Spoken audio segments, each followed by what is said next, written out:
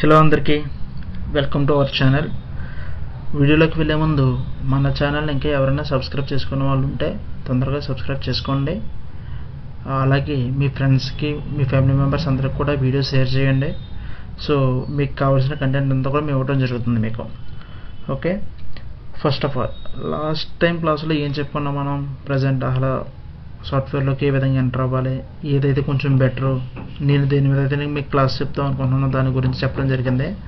So ఎస్ఐపిలో చాలా modules ఉన్నాయని, ఆ ఎస్ఐపిలో బోర్డ్స్ మీద ఎందుకు రావాలి ఏంటి అన్నది చెప్పాను మీకు. సో బోర్డ్స్ అనేది చాలా సింపుల్ టూల్. మనం తొందరగా సాఫ్ట్వేర్లోకి ఎంటర్ అవ్వాలనుకుంటే కనుక ఈ బోర్డ్స్ అనే టూల్ నేర్చుకుని తొందరగా ఎంటర్ అయితే ఫర్దర్గా మనం లోపలికి వెళ్ళిన తర్వాత మన స్కిల్స్ అన్నది అప్గ్రేడ్ చేసుకోవచ్చు. సో మంచి బోర్డ్స్ అనేది ఒక మంచి ప్లాట్ఫామ్. ఆల్రెడీ లాస్ట్ క్లాస్లో మీకు జస్ట్ సినాప్సిస్ అనేది చెప్పడం జరిగింది. అదే బోర్డ్స్ మీద ప్రాక్టికల్ సెక్షన్లోకి వెళ్ళే ముందు మళ్ళీ కొంచెం క్లారిటీగా బోర్డ్స్ గురించి మీకు చెప్తాను. అసలు ఎందుకు ఈ టూల్ యూజ్ అవుతుంది, ఏ టైప్ ఆఫ్ డేటాను మనం లెగసీ సిస్టమ్ నుంచి టార్గెట్ సిస్టమ్కి మూవ్ చేస్తాం, దట్ మీన్స్ మైగ్రేట్ చేస్తాం, అసలు ఎందుకు చేస్తాం ఏంటి అన్నది జస్ట్ సినారియో చూద్దాం ఈ క్లాస్లో. నెక్స్ట్ టైం నుంచి అలా ఏ విధంగా మనం లోడ్ చేస్తాం, ఏ మెథడాలజీ యూజ్ చేస్తాం ఏంటి అన్నది కూడా నెక్స్ట్ టైం క్లాస్ నుంచి చెప్తాం. ఓకే, ఫస్ట్ చూడండి, ఇక్కడ బోర్డ్స్ అని చెప్పాను మీకు, ఎస్ఐపి బోర్డ్స్. అలా బోర్డ్స్ అంటే ఏంటి? బోర్డ్స్ అంటే ఫుల్ ఫామ్ ఏంటంటే business object data services. So బిజినెస్కి సంబంధించిన డేటా ఏదైతే ఉందో ఆ డేటాని వాళ్ళ యొక్క లెగసీ సిస్టమ్ నుంచి, సో ఫర్ సపోజ్ అదే ఏదో ఒక డేటాబేస్లో సేవ్ చేసుకుని ఉంటారు డేటా మొత్తం, ఆ డేటాను మొత్తం ప్రజెంట్ ట్రెండింగ్లో ఉన్న డేటాబేస్కి అంటే ఎస్ఐపి సిస్టమ్కి మైగ్రేట్ చేయటం. సో ఆ విధంగా మైగ్రేట్ చేయడానికి మనం బోర్డ్స్ అనేది టూల్ యూజ్ చేస్తాం. మామూలుగా బోర్డ్స్ అనేది ఒక ఈటీఎల్ టూల్. ఈటీఎల్ అనే దాంట్లోనే, ఆ వర్డ్లోనే మీకు ఉంది మొత్తం. ఏంటి ఈ అంటే extraction. Okay, extraction, transformation and load the data from legacy system to SIP system. ఆ లెగసీ సిస్టమ్ అంటే ఏంటి? Legacy system is nothing but మన సోర్స్. అంటే నువ్వు ఎక్కడి నుంచి అయితే డేటాను తీసుకోవాలనుకుంటున్నావో దాన్నే మనం లెగసీ సిస్టమ్ అంటాం. సేప్ సిస్టమ్ అంటే ప్రజెంట్ ఇప్పుడు ఉన్న ట్రెండింగ్ ఏంటంటే సేప్ S/4HANA, అదొక డేటాబేస్ టైప్ అనమాట. సో మన లెగసీ సిస్టమ్ నుంచి S/4HANAకి మన డేటాని మైగ్రేట్ చేస్తాం. అది ఏ టూల్ యూజ్ చేసి చేస్తున్నాం? బోర్డ్స్ అనే ఇంటర్మీడియట్ టూల్ యూజ్ చేసుకొని మనం మైగ్రేట్ చేస్తాం. Okay, first of all data extraction అంటే ఏంటి అసలు? Okay, pulling data from various sources. So pulling అంటే ఏంటి? తీసుకోవటం.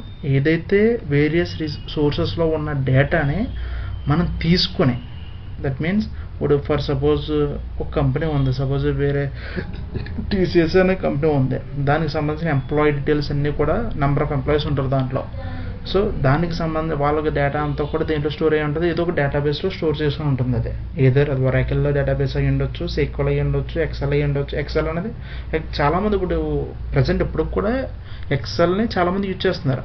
ఓకే, ఏదో ఒక దాంట్లో మనకి సేవ్ చేసుకుని ఉండొచ్చు. సో ఇది లెగసీ సిస్టమ్ అవుతుంది అనమాట మనకి. ఓకే, సో ఇలాగా డేటా ఎక్స్ట్రాక్షన్ అనేది లెగసీ సిస్టమ్ నుంచి మనకి ఏదైతే కావాలో డేటా, ఆ డేటాను మనం పుల్ చేసుకోవటం. Okay, pulling data from various sources. Next data transformation. Transformation అంటే ఏంటి? వన్స్ ఎక్స్ట్రాక్షన్ పార్ట్ కంప్లీట్ అయిన తర్వాత, ఎక్స్ట్రాక్షన్ అంటే ఏంటి? లెగసీ సిస్టంలో డేటాను నువ్వు ఎప్పుడైతే తీసుకున్న తర్వాత ఆ డేటాలో ఏవైతే మోడిఫికేషన్స్ చెయ్యాలి నువ్వు, అంటే బిజినెస్కి డేటా అనేది టార్గెట్ సిస్టంలోకి ఏ విధంగా లోడ్ అవ్వాలి, ఆ లోడ్ యొక్క రూల్స్ అన్నీ కూడా ట్రాన్స్ఫర్మేషన్ రూల్స్ అంటాం అనమాట. Transformation rules. సో బిజినెస్కి ఏ విధమైన రిక్వైర్మెంట్ కావాలో ఆ విధంగా ట్రాన్స్ఫర్మేషన్ రూల్స్ నువ్వు అప్లై చేసి మైగ్రేట్ చేస్తావు. ఓకేనా, ఇదంతా కూడా ట్రాన్స్ఫర్మేషన్ రూల్స్ చేస్తావు as per business requirement. Okay, next once ఈ ఎక్స్ట్రాక్షన్ ట్రాన్స్ఫర్మేషన్ పార్ట్ మొత్తం కంప్లీట్ అయిన తర్వాత, ఎప్పుడైతే కంప్లీట్ అయిందో దాని తర్వాత లోడ్ చేస్తాను నేను. ఆ డేటా లోడ్ చేయడానికి చాలా ప్రాసెస్ ఉన్నాయి. లోడింగ్ మెథడాలజీస్ అంటాం దాన్ని. చాలా లోడింగ్ మెథడాలజీస్ ఉంటాయి. అవన్నీ ప్రాక్టికల్ సెక్షన్లోకి వెళ్ళిన తర్వాత చెప్తాను మీకు. ప్రజెంట్ నేను ఏదైతే చెప్తానో కాన్సెప్ట్ కరెక్ట్గా అర్థం చేసుకోవడానికి ట్రై చేయండి మీరు. ఓకే, సో మనం ఏదైతే ఒకటి చెప్పాను ఇక్కడ మీకు ఒరాకిల్ నుంచి డేటా తీసుకుంటామన్నాను, SQL నుంచి తీసుకుంటామన్నాను, సంథింగ్ ఏదో సోర్స్ నుంచి తీసుకుంటానని చెప్పాను. ఫర్ ఎగ్జాంపుల్ ఓకే, ఒక ఏదన్నా మ్యానుఫ్యాక్చరింగ్ కంపెనీ ఉంది. సో ఓకే, ఈ టేబుల్ ఫార్మాట్ని వదిలేయండి, మీకు చెప్తాను నేను. సో రియల్ టైంలో మనం ఏ టైప్ ఆఫ్ డేటాని ట్రాన్స్ఫర్ చేస్తాం అంటే మైగ్రేట్ చేస్తాం ఒక సిస్టమ్ నుంచి ఇంకో సిస్టమ్కి. అంటే మనకి డిఫరెంట్ టైప్స్ ఆఫ్ డేటాస్ ఉంటాయి. దాంట్లో మాస్టర్ డేటా అని అంటాం, ట్రాన్సాక్షనల్ డేటా అని అంటాం. ఓకే, సో మాస్టర్ డేటా అంటే ఏంటి? మాస్టర్ డేటా అనేది ఫౌండేషనల్ డేటా, అంటే చేంజ్ అవుతుంది అన్నమాట, కాన్స్టెంట్గా ఉంటుంది. కాన్స్టెంట్గా ఏదైతే ఒక కంపెనీలో చేంజ్ అవ్వకుండా కాన్స్టెంట్గా ఏదైతే ఉందో దాన్ని మనం మాస్టర్ డేటా అని చెప్పి డిస్క్రైబ్ చేస్తాం. ఓకే, ఇది ఎగ్జాంపుల్ చెప్తాను మీకు, ఒకసారి చూడండి. Okay, master data is the core foundational data that does not change ఫ్రీక్వెంట్గా చేంజ్ అవ్వదు, అది కాన్స్టెంట్గా ఉంటుంది. సో ఫర్ సపోజ్ ఏదన్నా ఒక కంపెనీలో ఎంప్లాయ్ అన్నప్పుడు కాన్స్టెంట్, ఓకేనా, ఎంప్లాయ్ అన్నప్పుడు కాన్స్టెంట్. సో వాడు కాన్స్టెంట్గా ఉంటాడు, వాడికి ఏదైతే శాలరీ పడుతుందో అది డిఫర్ అవుతూ ఉంటుంది. ఓకేనా, అది పక్కన పెట్టండి ఒకసారి. It describe key business entities such as customers, products, vendors or employees. చెప్పాను కదా, ఏదైనా ఒక కంపెనీలో ఒక ఎంప్లాయీ ఉంటాడు. ఎంప్లాయీ అన్నవాడు మాస్టర్, అంటే మాస్టర్ డేటా అంటే ఆ ఎంప్లాయీ అన్నవాడు డేటాబేస్లో సేవ్ అయ్యి ఉంటుంది కదా, అది దాన్ని మాస్టర్ డేటాతో కంపేర్ చేస్తాం. ఎందుకంటే ఎంప్లాయీ అన్నవాడు కాన్స్టెంట్, అది చేంజ్ అవ్వడు. ఒకటి సపోజ్ నువ్వు ఏదైనా కంపెనీలో జాయిన్ అయ్యావు, నీకు ఒక ఎంప్లాయీ ఐడి అనేది క్రియేట్ అవుతుంది.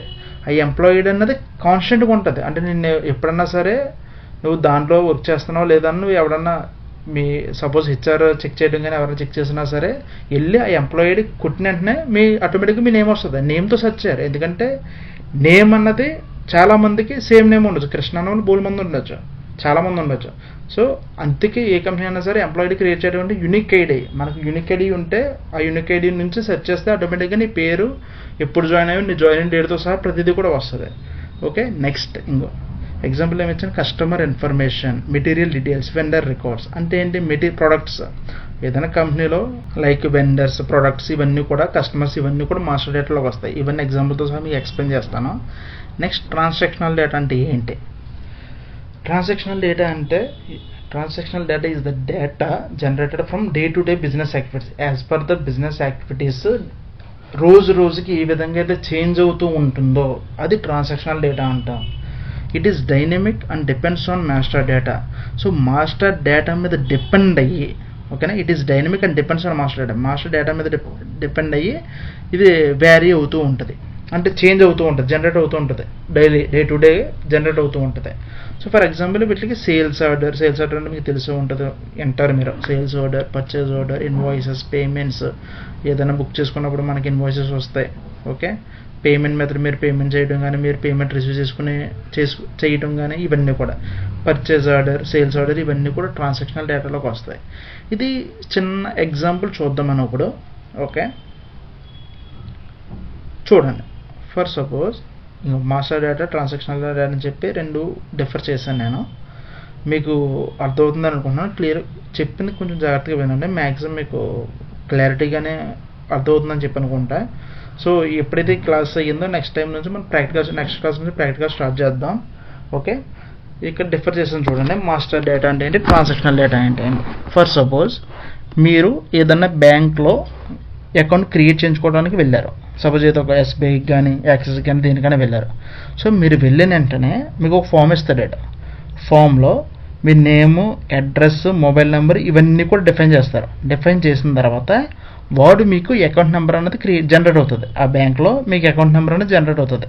సో ఈ అకౌంట్ నెంబర్ అన్నది మాస్టర్ డేటాలోకి వస్తుంది. ఎందుకు మాస్టర్ డేటాలోకి వస్తుంది? ఈ అకౌంట్ నెంబర్ అనేది కాన్స్టెంట్. మీరు ఆ అకౌంట్ అన్నది బ్లాక్ చేయించేంత వరకు కూడా ఆ అకౌంట్ అన్నది రన్నింగ్లో ఉంటుంది. ఆ అకౌంట్ అన్నది, ఈ అకౌంట్ నెంబర్ అనేది రన్నింగ్లో ఉంటుంది. సో డేటాబేస్లో ఎప్పుడైనా మీరు వెళ్తే, ఎప్పుడన్నా సరే మీరు బ్యాంక్ కన్సల్ట్ అవుతే మీ పేరు ఏంటి అని అడగడబడు, మీ అకౌంట్ నెంబర్ ఏంటి అని అడుగుతాడు, లాస్ట్ 4 డిజిట్స్ అడుగుతాడు. అదేంటి, యూనిక్ ఐడెంటిఫైయర్. ఓకే, డేటాబేస్లో మీ అకౌంట్ నెంబర్ అన్నది సేవ్ అయ్యి ఉంటుంది. ఎప్పుడైతే అతను అకౌంట్ నెంబర్తో సెర్చ్ చేశాడో మీ యొక్క డేటా మొత్తం అంతా కూడా డేటాబేస్ నుంచి కాల్ చేస్తుంది అనమాట. మీ అకౌంట్ నెంబర్ ఎప్పుడైతే ఇచ్చారో మీరు. ఓకేనా, అందుకది master data. So master data define అయ్యి ట్రాన్సాక్షనల్ డేటా అన్నది డే టు డే యాక్టివిటీస్ అనేది జరుగుతుంది. అది ఎలా అది చూద్దాం. ఫర్ ఎగ్జాంపుల్ ఇక్కడ ఇచ్చాను చూడండి, మీకు 1234 అనే ఒక అకౌంట్ నెంబర్ ఉంది. ఓకేనా, 123 అనే అకౌంట్ నెంబరు నుండే నేను ఏటీఎంకి వెళ్ళి ఏటీఎం నుంచి ఒక ఫర్ సపోజ్ ఫిబ్రవరి 2 1000 రూపీస్ నేను విత్డ్రా చేశాను. ఓకేనా, నెక్స్ట్ డే బ్యాంక్ నుంచి విత్డ్రా చేసుకున్నాను 2000 రూపీస్. తర్వాత రోజు నాడు మళ్ళీ 4000 నేను విత్డ్రా చేసుకున్నా. దాని తర్వాత 1 lakh చేసా, 2 lakhs చేసా.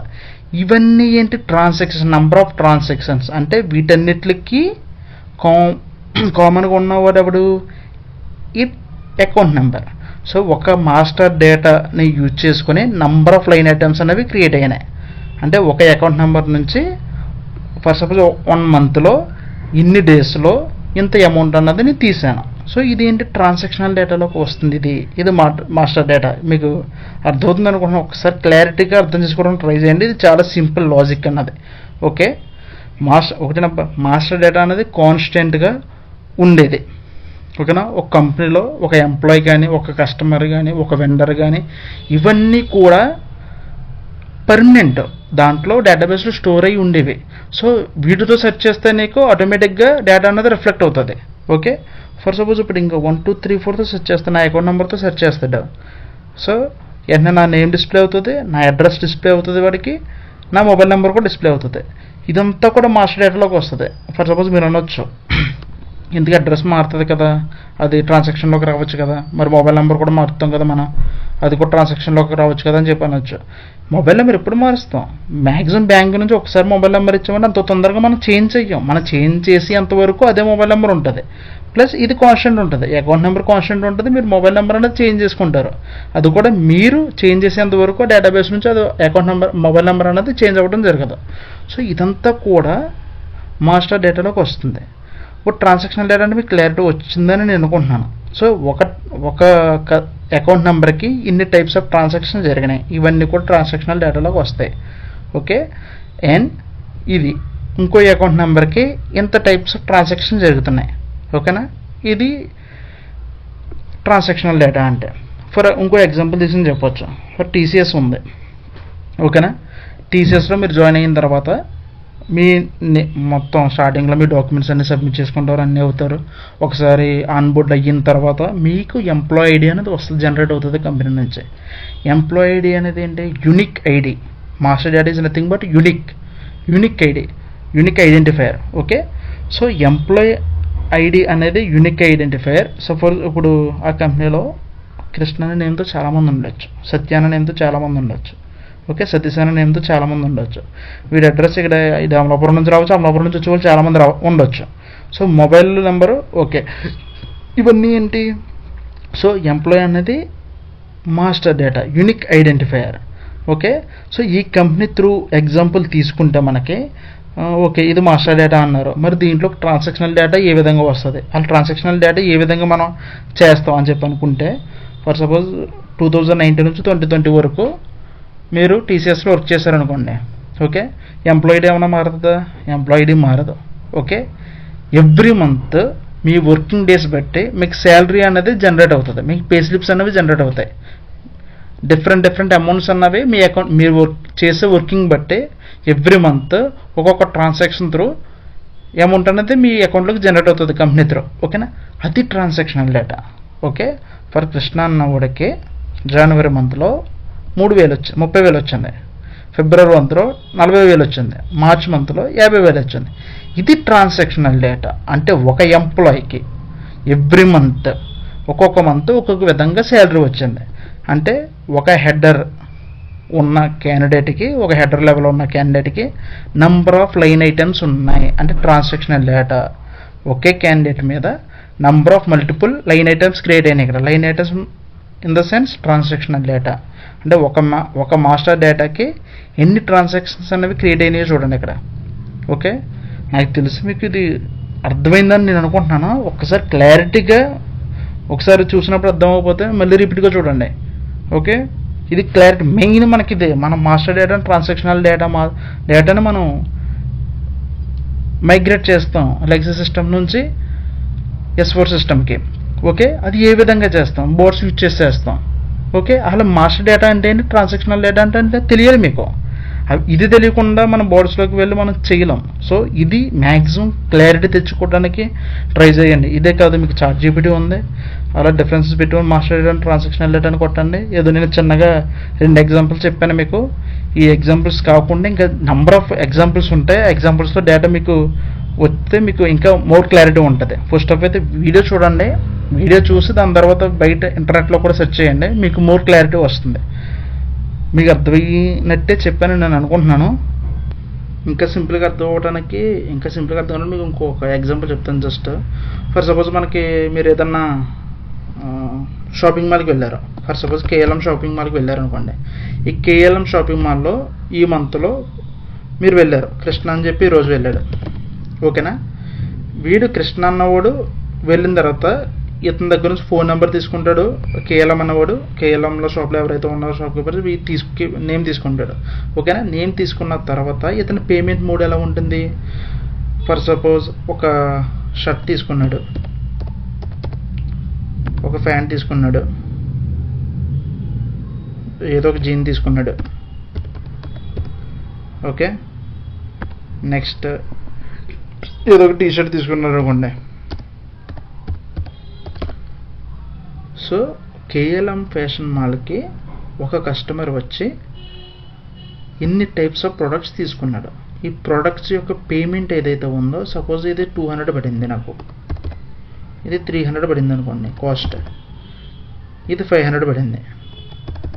ఓకేనా, సో ఇప్పుడు నాకు ఈడు KLM ఫ్యాషన్ స్టోర్ నేను వెళ్ళిన తర్వాత నా నేమ్ మీద జనరేట్ అవుతుంది కదా, ఇన్వాయిస్ జనరేట్ అవుతుంది. జనరేట్ అయిన ఇన్వాయిస్, ఆ బిల్, ఇదంతా కూడా ట్రాన్సాక్షనల్ డేటాలోకి వస్తుంది. నేను ఎప్పుడైతే ఫోన్ నెంబర్, నా మొబైల్ నెంబర్ అని ఇచ్చానో అవన్నీ కూడా వాడికి డేటాబేస్లో స్టోర్ అవుతుంది, బ్యాక్ ఎండ్ డేటాబేస్లో స్టోర్ అవుతుంది. నెక్స్ట్ టైం నేను వెళ్ళినప్పుడు మళ్ళీ నా ఫోన్ నెంబర్ తీసుకుంటాడు, నా నేమ్ ఉంటుంది, ఇవన్నీ అన్ని ఒక కస్టమర్. KLMకి నేను ఒక కస్టమర్. సో ఆటోమేటిక్గా నాకు ఒక కస్టమర్ ఐడి అనేది బ్యాక్ ఎండ్లో క్రియేట్ అవుతుంది. ఒక కస్టమర్కి ఇక్కడ నంబర్ ఆఫ్ ఇన్వాయిసెస్ క్రియేట్ అయినాయి. ఒక ఫ్యాంట్కు బిల్ జనరేట్ చేయించుకున్నా, నేను జీన్కో బిల్ జనరేట్ చేయించుకున్నా, టీషర్ట్కో బిల్ జనరేట్ చేయించుకున్నా. నెంబర్ ఆఫ్ ట్రాన్సాక్షన్స్ అనేది క్రియేట్ అయింది. అంటే ఒక కస్టమర్కి number of line items create అయినాయి. ఇదే ట్రాన్సాక్షనల్ డేటా. ఏమి ఉండదు, సింపుల్. ఒక మాస్టర్ డేటా మీద డిపెండ్ అయ్యి నంబర్ ఆఫ్ ట్రాన్సాక్షనల్ డేటాస్ ఉంటాయి, నంబర్ ఆఫ్ ట్రాన్సాక్షన్స్ అనేవి ఉంటాయి.